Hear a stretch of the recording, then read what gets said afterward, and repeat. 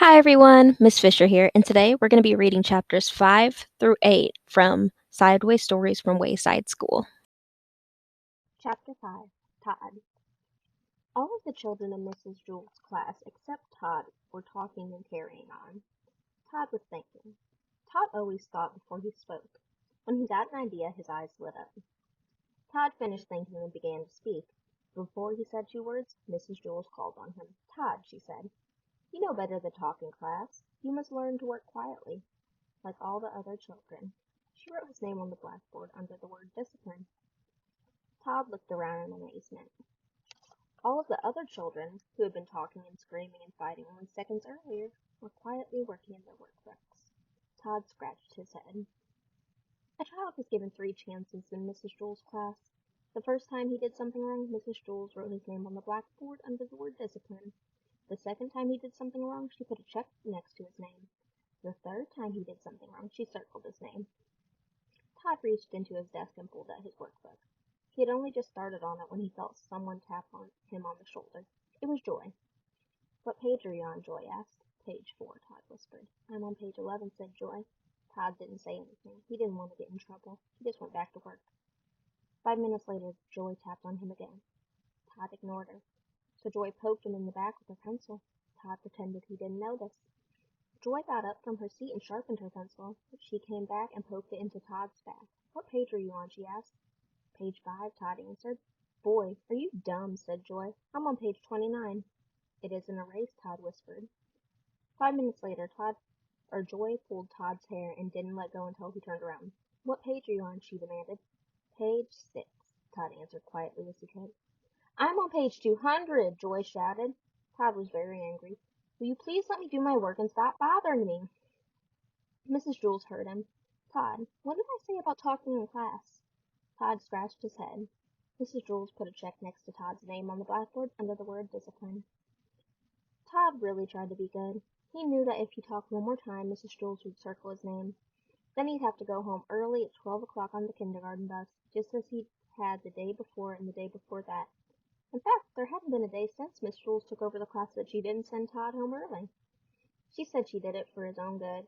The other children went home at 2 o'clock. Todd wasn't really bad. He just always got caught. He really wanted to stay past 12 o'clock. He wanted to find out what the class did from 12 to 2, but it didn't look as though this was going to be his day. It was only 10:30. He already had 2 strikes against him. He sealed his lips and went back to work. There was a knock on the door.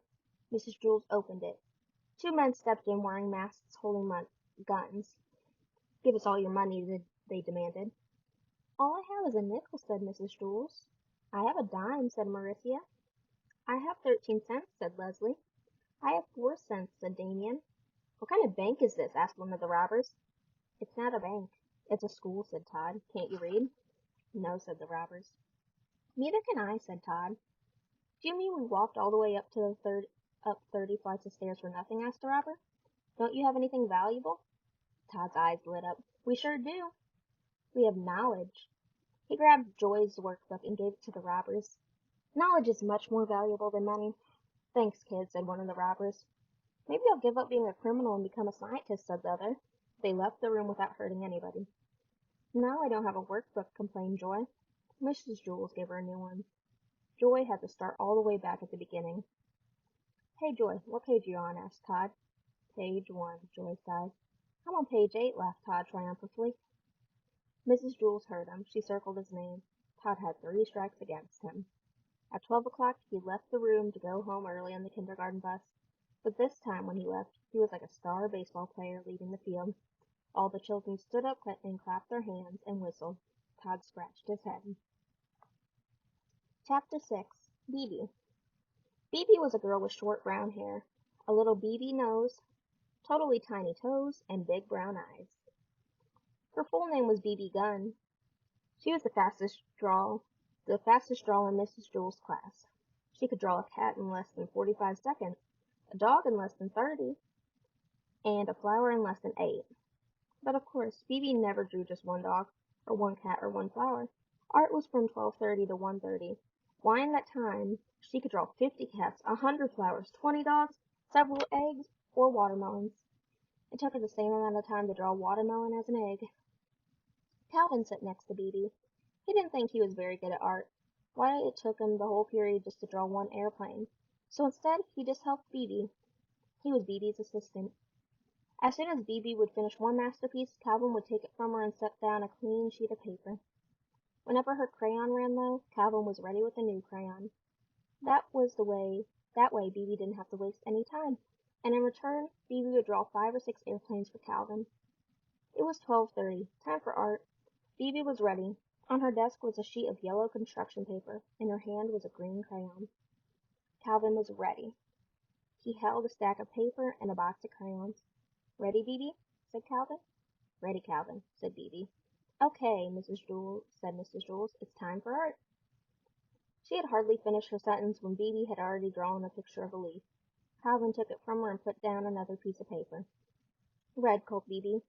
Calvin handed Beebe a red crayon. "Blue," called Beebe. He gave her a blue crayon. They were quite a pair. Their teamwork was remarkable.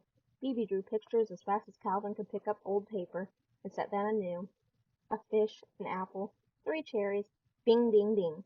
All at 1:30, Mrs. Jules announced, "Okay, class, art is over." Beebe dropped her crayon and fell over on her desk. Calvin sighed and leaned back in his chair. He could hardly move. They had broken their old record. Beebe had drawn 378 pictures. They lay in a pile on Calvin's desk. Mrs. Jules walked by. "Calvin, did you draw all these pictures?" Calvin laughed. "No, I can't draw. Beebe drew 'em all." "Well then, what did you draw?" asked Mrs. Jules. "I didn't draw anything," said Calvin. "Why not? Don't you like art?" asked Mrs. Jules. "I love art," said Calvin. "That's why I didn't draw anything." Mrs. Jules did not understand. It would have taken me the whole period just to draw one picture. And Beebe would only have been able to draw 100 pictures. But with the two of us working together, she was able to draw 378 pictures. That's a lot more art. Beebe and Calvin shook hands. "No," said Mrs. Jules. "That isn't how you measure art. It isn't how many pictures you have, but how good the pictures are. Why, a person could spend his whole life just drawing one picture of a cat. In that time, I'm sure Beebe could draw 1,000,000 cats." "2,000,000, said Beebe. Mrs. Jules continued. "But if that one picture is better than each of Beebe's 2,000,000, then that person has produced more art than Beebe." Beebe looked as if she was going to cry. She picked up all the pictures from Calvin's desk and threw them in the garbage. Then she ran from the room. "I thought her pictures were good," said Calvin. He reached into the garbage pail and took out a crumpled up picture of an airplane. Beebe walked outside into the playground. Louis, the art teacher, spotted her. "Where are you going?" he asked. "I'm going home to draw a picture of a cat," said Beebe. "Will you bring it to school tomorrow and show me?" Louis asked. "Tomorrow?" laughed Beebe. "By tomorrow, I doubt if I'll even be finished with one whisker." Chapter 7. Calvin. Calvin had a big, round face. "Calvin," said Mrs. Jules, "I want you to take this note to Miss Zarvis for me." "Miss Zarvis?" asked Calvin. "Yes, Miss Zarvis," said Mrs. Jules. "You know where she is, don't you?" "Yes," said Calvin. "She's on the 19th story."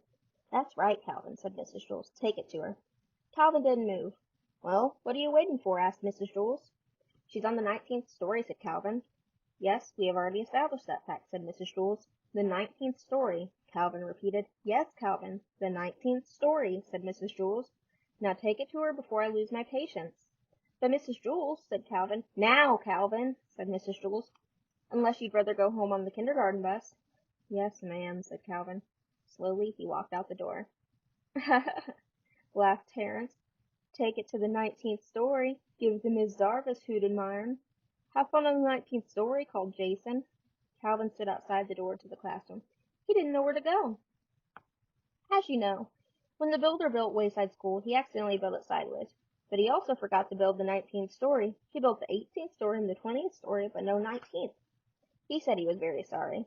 There was also no Miss Zarvis. Miss Zarvis taught the class in the 19th story. Since there was no 19th story, there was no Miss Zarvis. And besides that, as if Calvin didn't have enough problems, there was no note. Miss Jules had never given Calvin a note. Boy, this is just great, thought Calvin. Just great. I'm supposed to take a note, and I don't have to a teacher I don't have to, that doesn't exist, who teaches on a story that was never built. He didn't know what to do. He walked down to the 18th story, then back up to the 20th, then back down to the 18th, and back up again to the 20th. There was no 19th story. There was never a 19th story, and there will never be a 19th story. Calvin walked down to the administration office. He decided to put the note in Miss Jarvis's mailbox. But there wasn't one of those either. That didn't bother Calvin too much, however, since he didn't have a note. He looked out the window and saw Lewis, the yard teacher, shooting baskets. Lewis, will you know what to do? He thought. Calvin went outside. Hey, Lewis, Calvin called. Hi, Calvin, said Lewis. He tossed him the basketball. Calvin dribbled up and took a shot. He missed it, and Lewis tipped it in. Do you want to play a game? Lewis asked. I don't have time, said Calvin. I have to deliver a note to Miss Jarvis on the 19th story. Then what are you doing all the way down here? Lewis asked.